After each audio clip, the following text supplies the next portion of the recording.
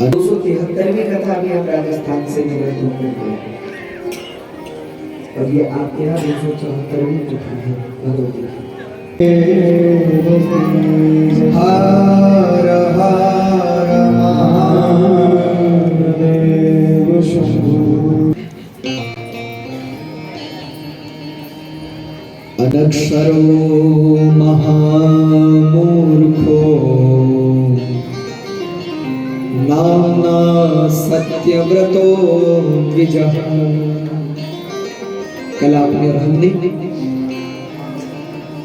मां जगदम्बिका की अनेक कथाओं का श्रवण किया, जिनमें महाभारत की अनुपम कथा आपने और हमने सुनी।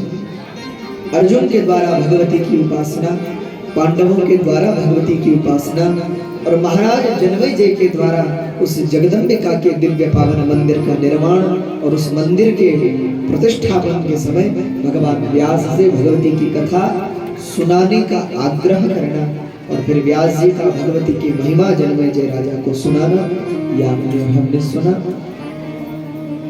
अच्छा, भगवती जिसको हम अनेक नामों से जानते हैं, जैसे आपके इस गांव में भगवती का नाम मां चंद्रवदनी,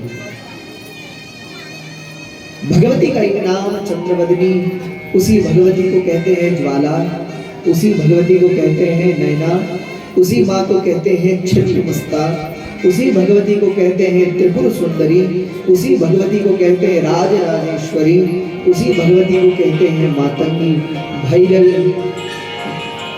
अनेक नामों से जो जगत में पूजिता है, वही भगवती तो स्वाहा है, वही भगवती तो स्वधा है।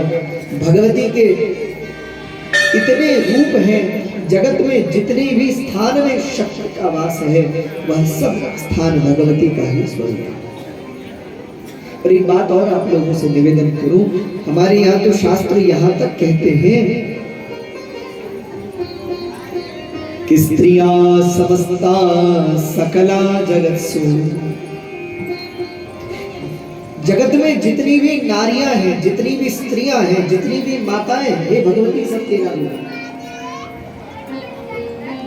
इस संसार में जितनी भी स्त्रियां हैं, विद्या समस्ता स्तवदेव भेदा, स्त्रियां समस्ता सकला जगत्सु।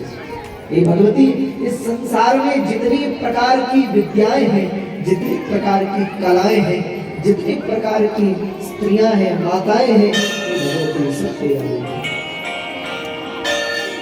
तो एक बात बहुत गंभीरता से सुनिएगा, ऐसा नहीं है कि केवल कन्या ही भगवती का रूप है, केवल कन्या भगवती का रूप नहीं है, बल्कि जो विवाहित स्त्री है वो भी भगवती का रूप है।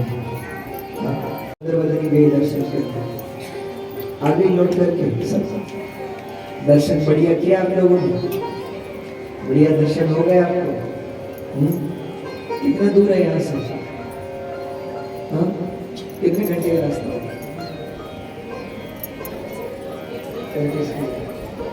बताओ, हमारे आचार्य जी बताओ, आप लोगों को बताना चाहिए कि हो गया है। लगभग 1-1.5 घंटे का रास्ता है, तो आप लोग दर्शन कर गए मां चंद्रवदनी का। ऐसी ही भगवती का एक रूप है श्रीनगर के पास में, और उन भगवती का नाम है मां धारी देवी। कल आप हम गा रहे थे ना, श्रीनगर में जय कहते धारी रूप धारी। हमें कई बार सौभाग्य मिला मां धारी देवी का दर्शन करने का, कई बार श्रीनगर में भी कथा करने का सौभाग्य मिला। और हम चर्चा ही कर रहे थे, ये जो आपकी यहाँ कथा हो रही है, ये 274वीं कथा है। 273 कथा इससे पूर्व में संपन्न हो चुकी है। 273वीं कथा भी हम राजस्थान से निवेदन करते हैं और ये आपके यहाँ 274वीं कथा है भगवती की। इसमें भागवत कथा भी सम्मिलित है, देवी भागवत भी सम्मिलित है, शिव पुराण भी है, पद्म पुराण भी है। लेकिन ये हमारे जीवन में 274वीं कथा है। कल हमारे आचार्य जी कह रहे थे कि महाराज जी हमारे जो है परम पूज्य श्री पर्वतगिरी जी महाराज, उनकी भी ये 118वीं कथा।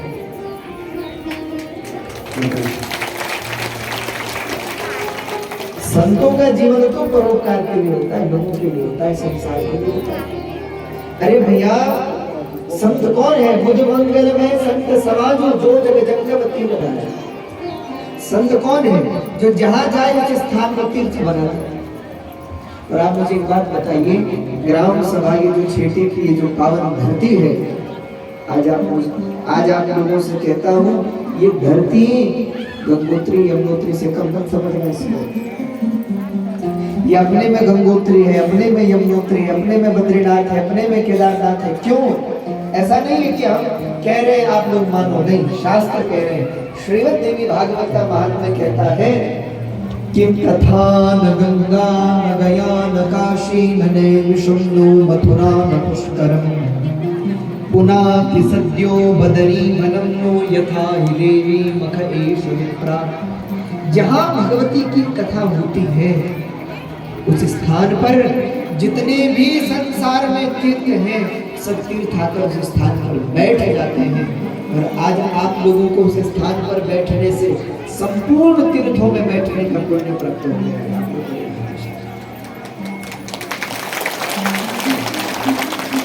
हमारे महाराज जी का इतनी दिव्य आयोजन बताइए, अष्टादश जैसे महायज्ञ और महाराज जी की यहाँ कथा में इतने भाने वाला शिव पुराण की कथा थी, तो वो भी शायद महाराज जी की सौवी कथा थी कि सौवी कथा थी। तो संतों का जीवन तो परोपकार के लिए होता है, जगत के लिए होता है। आज बताइए इतना बड़ा आयोजन यहाँ आयोजित हो रहा है, आप सब बैठ करके उस माँ की कथा सुन रहे हैं। तो कहने का आशय है कि हम कई बार अवसर मिला माँ धरी देवी के नजदीक की कथा करने का श्रीनगर में, तो वहां जब जाते हैं तो माँ धारी देवी का दर्शन जरूर करते हैं। अब तो माता जी नए मंदिर में भी विराजमान हो गए, आप लोग तो हो गए थे, पहले पुराने मंदिर में थी माता जी, अब नए मंदिर में विराजमान हो गई। कई लोगों से बात श्रीनगर में हमारा मिलना हुआ, बैठना हुआ, जिस समय भगवती को पुराने मंदिर से उठाया गया, आप लोगों को अगर याद होगा, बहुत पुरानी बात है, केदारनाथ में आप उस समय वहां लोगों ने बड़े बड़े आंदोलन किए, लेकिन सरकार के आगे किसी की नहीं चलती, तो भगवती को उठा लिया गया। और पूरा संसार जानता है कि केदारनाथ में क्या हुआ। देखो, भगवती ही रक्षिका है, रक्षा करने वाली तो भगवती है। अब जो रक्षा करने वाली है उसको आप उठाओगे, उसको हिलाओगे तो प्रलय तो होगा। तो मूल बात यह है कि हम जब जाते हैं वहाँ तो कई लोगों के साथ बैठने मिलता है, वहाँ के जो पुजारी लोग हैं उन लोगों ने कई बार हमसे कहा, बोले महाराज यहाँ की विशेषता ये है, भगवती धारी देवी का जो विग्रह है, जो स्वरूप है, माता जी की जो प्रतिमा है, मूर्ति है, वो इतनी है। आप लोग देखिए, तो भगवती को अगर आप सुबह देखोगे तो ऐसा लगेगा कि कोई छोटी सी बालिका बैठी। आप दिन में देखोगे तो ऐसे लगेगा जैसे कोई सुंदर युवती स्त्री बैठी हुई, जवान स्त्री बैठी। और शाम को देखोगे तो ऐसा लगेगा जैसे कोई वृद्ध स्त्री बैठी। तो वहां के पुजारी बता रहे थे, महाराज जब भगवती को सुबह देखते हैं ना तो ऐसे लगते हैं छोटी सी कोई बालिका। जिस बालिका का वर्णन भगवान शंकराचार्य जी ने किया, मुखे ते तांबूलम नयन युगले कज्जलकला ललाटे काश्मीरम विलसति गले मौक्तिकलता स्फुरत् काची साटी पृथुकटिकटी हाटकमयी भजामि त्वां गौरी नगपति किशोरी मविरतम। वो भगवती का बाल रूप, वो भगवती का सुंदर रूप, जिसमें माँ की आंख में काजल है, मुख में तांबूल पत्र रखा है छोटी सी। और पूरे दिन में देखते हैं तो ऐसा लगता है जैसे कोई युवती स्त्री बैठी है, युवान स्त्री बैठी है। और सायं काल में देखते हैं तो माता जी के मुख पर झुर्रियां दिखती हैं, ऐसा लगता है कि वृद्ध माता जी बैठी। अच्छा, ये बात अपने आप को क्यों बताई? समझने वाली बात क्या है? समझने वाली बात ये है कि वो भगवती जो यहाँ बैठी छोटी छोटी बालिकाएं हैं ना, वो भी भगवती है। यहाँ बैठी जो युवती अविवाहित स्त्रियां या विवाहित माताएं हैं, वो भी भगवती है। और जो यहाँ बैठी हुई हमारी वृद्ध माताएं हैं, श्वेत केशा है, जिनके बाल सफेद हो गए, जो हमारी वृद्ध माताएं हैं, वो भी उसी भगवती का ही स्वरूप है। किसी भी नारी में भगवती का अभाव नहीं है। हर नारी में भगवती का वास है। इसलिए जब हम निकलते हैं या आते हैं, आप लोगों से निवेदन करते हैं कि दूर से हमें प्रणाम करो। इसलिए कहते हैं, कई लोग नाराज हो जाते हैं, कई लोग नाराज ऐसे होते हैं, महाराज प्रणाम नहीं देते करने, क्यों? हम क्या कोई अपवित्र है कि छू नहीं सकते? उन्होंने कहा भैया ऐसी बात नहीं है, बात ये है कि हम तो आप लोगों में भगवती को देखते हैं, आप लोगों को प्रणाम करते हैं। तो कम से कम जितने दिन देवी भागवत में बैठे हैं, उतनी देर हम उतने दिनों प्रयास करते हैं। जब देवी के अनुष्ठान में बैठे, उस जगदम्बा के अनुष्ठान में बैठे हैं, प्रत्येक नारी में उसी भगवती का दर्शन करते हैं। इसलिए आप लोगों से कहते हैं कि भैया आप लोग दूर से प्रणाम करो। इस बात का बुरा मत मानिएगा आप लोग, इसलिए हम कहते हैं कि आप लोग दूर से प्रणाम करो। और कोई बात ऐसी बात नहीं। बाकी हम भागवत में होते हैं या दूसरे अनुष्ठान में होते हैं तब तो कोई समस्या नहीं, लेकिन जब देवी भागवत के अनुष्ठान में होते हैं, माता जी के अनुष्ठान में होते हैं, तो आप सब लोग भगवती, वैसे तो सदैव आप सब लोगों में भगवती का दर्शन करते हैं। भैया हमारी वही जगदम्बिका आप लोगों के रूप में है। आप अगर देखो, एक कन्या ही है, एक नारी ही है जो दो घरों को संभालती है, पिता के घर को भी संभालती है, पति के घर को भी संभालती है। ये शक्ति अगर किसी में है तो नारी में है। बालक को जन्म देने की शक्ति अगर किसी में है तो नारी में है। बालक का वर्धन करने की, उसका संरक्षण करने की, उसको संस्कार देने की, उसको एक अच्छा मनुष्य बनाने की शक्ति अगर किसी में है तो बोलो किसमें है? देखो, एक माँ ही है जो अपने बच्चे को ध्रुव प्रहलाद बना देती है। एक माँ ही है जो अपने बच्चे को महाराणा प्रताप और शिवाजी महाराज बना देती है। एक माँ ही है जो अपनी बेटी को अहिल्याबाई बना देती है। एक माँ ही है जो अपनी बेटी को रानी लक्ष्मीबाई बना देती है। ये सामर्थ्य किसमें है? बोलो, माँ में है। और एक बात और कहूँ, संतान में पिता के गुण कम आते हैं, माँ के गुण ज्यादा है। आप लोग कहीं मारे जाओ कैसे कह रहे हैं तो सुनो। आपने प्रहलाद जी के बारे में सुना है सबने? प्रहलाद जी के पिताजी कौन थे? जोर से बोलो। हिरण्यकशिपु नहीं, बहुत भक्त। लेकिन मुझे ये बताओ, हिरण्यकशिपु क्या है? कोई देवता है? कोई महात्मा है? कोई संत है? कोई भगवान के भक्त है क्या? तो क्या है? राक्षस।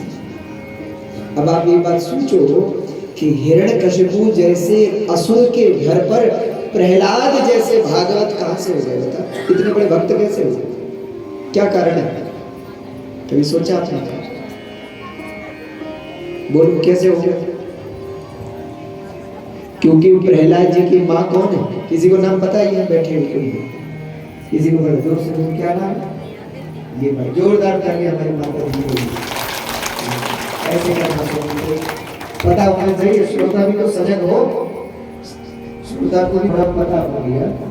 आजकल छोटे बच्चे को जब स्कूल भेजते हैं ना, तो माता पिता स्कूल भेजने से पहले घर में ही उसे सब कुछ सिखा देते हैं, ABCD सिखा देते हैं। कयादु किसकी शिष्या है? कयादु जी जो है वो नारद जी की शिष्या है। उनके गुरु नारद जी हैं और परम भागवत परम भक्त हैं कयादु जी। इसलिए उनके घर में कौन हो गए? जोर से बोलो, प्रहलाद। जिस दिन हमारी माताएं भी कयादु बन जाएंगी, उस दिन आपके घर में भी प्रहलाद जरूर होगा, जरूर कयादु बनने के लिए।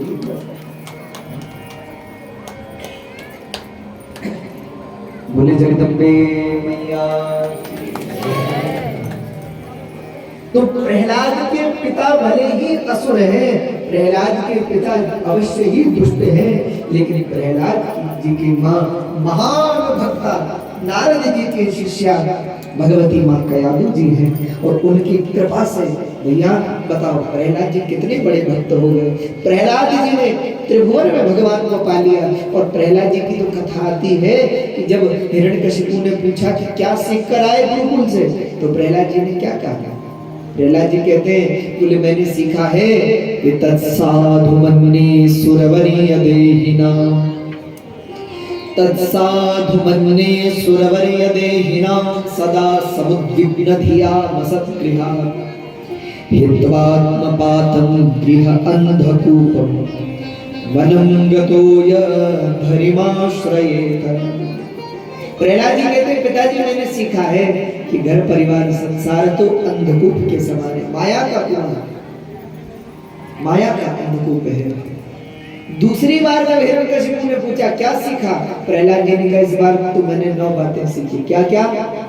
तो श्रवणम कीर्तनम विष्णु स्मरणम पाद सेवनम अर्चनम वंदनम दास्यम आत्मसख्य निवेदन। नवधा भक्ति का वर्णन कर दिया प्रहलाद जी। आप जानते हो प्रहलाद जी को पढ़ाया किसने? शुक्राचार्य जी के 2 पुत्र थे, उन्होंने पढ़ाया प्रहलाद जी। लेकिन महाराज वो खुद परेशान है। जब हिरण्यकशिपु ने उन दोनों को बुलाया, बोले एक बात बताओ तुम मेरे बच्चे को सिखा क्या रहे, पढ़ा क्या रहे? ये मुक्ति और कल्याण की बात करता है, मोक्ष की बात करता है, भक्ति की बात करता है, ज्ञान की बात करता है, धर्म की बात करता है, लेकिन क्या तुम्हें नहीं पता कि हम असुरों में केवल चार चीजें हैं ना? क्या क्या? धर्म, अर्थ, काम और मोक्ष। लेकिन बोले हम असुरों में केवल 2 चीजें सिखाई जाती है, अर्थ और काम। पहला भी नहीं सिखाया जाता, आखिरी भी नहीं सिखाया जाता, धर्म भी नहीं सिखाया जाता और मोक्ष भी नहीं सिखाया जाता। असुरों को क्या सिखाया जाता है? केवल अर्थ और काम। अच्छा मुझे आज आप लोग बताओ, आज की जो हमारी भौतिक शिक्षा है, आज की जो भारत की शिक्षा नीति है, उस शिक्षा नीति में इन 4 चीजों में क्या क्या है बताओ? बोलो। आजकल की शिक्षा नीति में, शिक्षा व्यवस्था में जो लोग अच्छे पढ़े लिखे, क्या धर्म है? बोलो, आप लोग बोलो, धर्म है क्या? आजकल की शिक्षा में ये पढ़ाया जाता है कि गुरुजनों का आदर करो? क्या आजकल की शिक्षा नीति में ये पढ़ाया जाता है कि माता पिता का सम्मान करो? क्या आजकल की शिक्षा व्यवस्था में संतों की, ऋषि मुनियों की, भगवान के भक्तों की, भगवान की महिमा का वर्णन होता है? यानी आजकल की शिक्षा व्यवस्था में धर्म नहीं है। अच्छा आखिरी है मोक्ष। क्या आजकल की शिक्षा व्यवस्था में मोक्ष के बारे में पढ़ाया जाता है? अरे राम, बच्चा तो गीता उठा ले तो माँ बाप टेंशन में आ जाता है, मोक्ष तो बहुत दूर की बात है। तो आजकल की शिक्षा व्यवस्था में भी न तो धर्म है न मोक्ष है, वही विद्या है जो पहले राक्षसों को पढ़ाई जाती थी। 2 चीजें, अर्थ और काम। आजकल की शिक्षा क्यों पढ़ा रहे हैं? एक तो पैसा कैसे कमाए, दूसरा पैसा कमाए तो उस कमाई का उपभोग कैसे करें, उसको भोगें कैसे शराब पिए, कैसे जुआ खेले, यही सब तो है या नहीं? लेकिन समस्या क्या है? एक सज्जन ने मुझसे पूछा था कि महाराज आजकल का युवा जो है वो विकृत दिशा की ओर जा रहा है, उसका कारण क्या है? मुझसे पूछा था कि महाराज आजकल का युवा मार्ग भटक रहा है, उसका कारण क्या है? मैंने कहा उसके पीछे केवल 2 कारण हैं। उनमें से पहला कारण ये है कि आजकल की शिक्षा व्यवस्था आसुरी शिक्षा हो गई है, जिसमें ना धर्म है ना मोक्ष है, केवल काम और अर्थ की ही चर्चा है। और दूसरा, आजकल का जो युवा है उसका जो इंग्लिश में कहते हैं रोल मॉडल, वो जैसा बनना चाहता है, वो कैसा बनना चाहता है, किसके जैसा बनना चाहता है? बोलो, कोई स्वामी विवेकानंद जैसा बनना चाहता है क्या? बताओ। कितनी माताएं हैं जो चाहती है कि हमारा बच्चा स्वामी विवेकानंद बने? एक भी माँ नहीं चाहती कि विवेकानंद बने। कितनी माताएं हैं जो चाहती हैं कि हमारा बेटा शंकराचार्य बने, और कितने बच्चे हैं जो शंकराचार्य बनना चाहते हैं? अरे अरे कितने बच्चे हैं जो आर्यभट्ट बनना चाहते हैं? कितने बच्चे हैं जो आज के समय में महाराणा प्रताप शिवाजी महाराज बनना चाहते हैं? कितनी बेटियां हैं जो आज के समय में रानी लक्ष्मीबाई बनना चाहती हैं? कितनी बेटियां हैं जो आज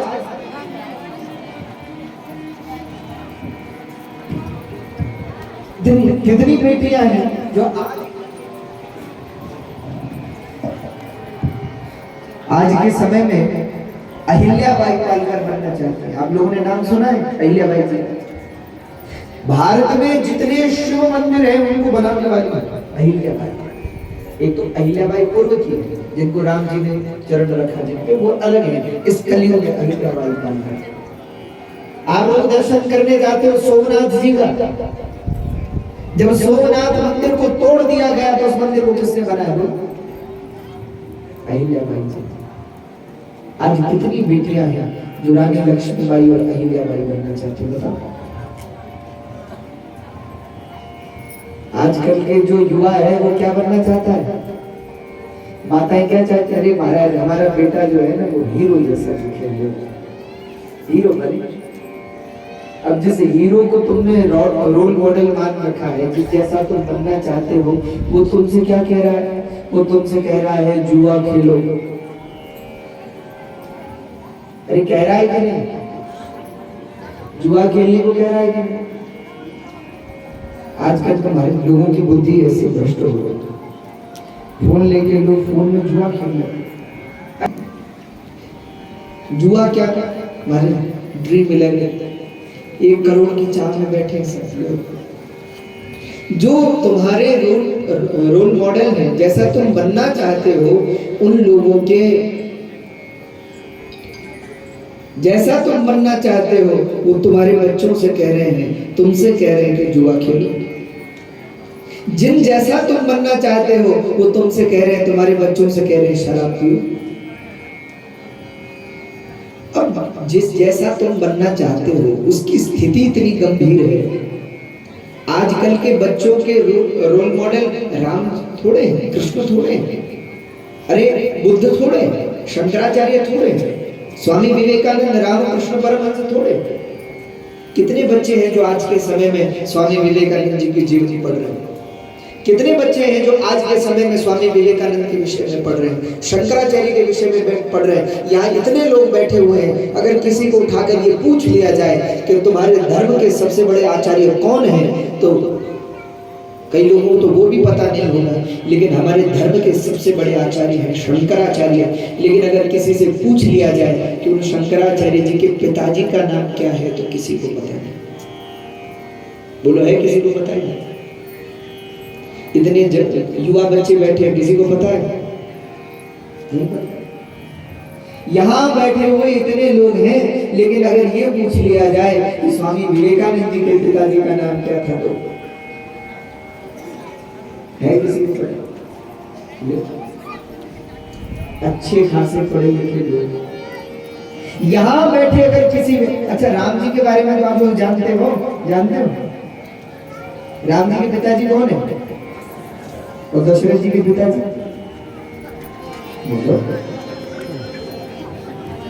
पता नहीं।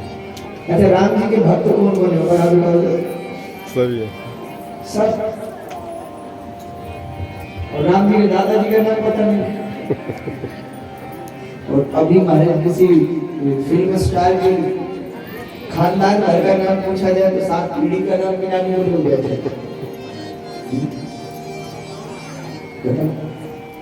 ये स्थिति है आज के समय की। तो फिर ये मत पूछा करो, मुझसे सवाल मत पूछा करो कि आज का युवा मार्ग क्यों भटक रहा है। मुझसे मत पूछो, अपने से पूछो। आप अपने बच्चों को अगर स्वामी विवेकानंद के बारे में पढ़ाओगे, बताओ, आप अपने बच्चों को अगर शंकराचार्य के बारे में पढ़ाओगे, अरे धन्य है वो माँ जिस माँ ने स्वामी विवेकानंद को जन्म दिया। और स्वामी विवेकानंद ने जब अमेरिका में